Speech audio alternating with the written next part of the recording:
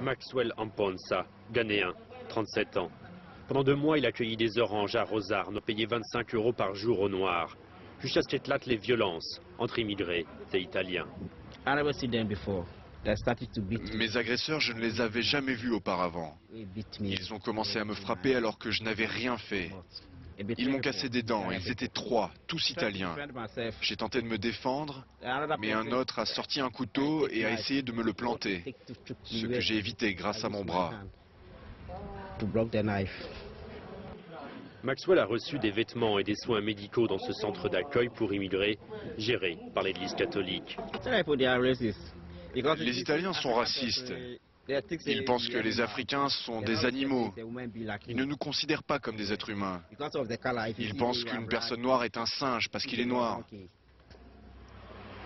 Nous sommes à Castelvolturno, dans la grande banlieue dégradée de Naples.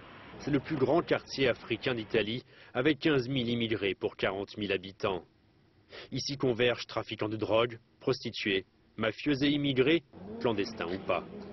Les Africains et les Italiens vivent côte à côte mais en s'ignorant. Un cocktail dangereux qui menace d'exploser, comme à Rosarno. À Castelvolturno, la loi doit être appliquée. Les clandestins doivent être expulsés et ceux qui disent avoir un travail doivent être contrôlés. Parce que les citoyens, tôt ou tard, pourraient se rebeller face à une situation devenue insoutenable et insupportable. Un appel au secours à l'État qui plaira sûrement aux électeurs, mais un discours qui ignore les aspirations des étrangers. Les immigrés en Italie ont un sentiment de frustration tel que tôt ou tard ils devront exploser, non, pour pouvoir exprimer leurs doléances. Si on n'en arrive pas là, les immigrés continueront d'être marchés dessus. À des milliers de kilomètres de là, une victoire de son équipe nationale de football rend brièvement le sourire à Maxwell.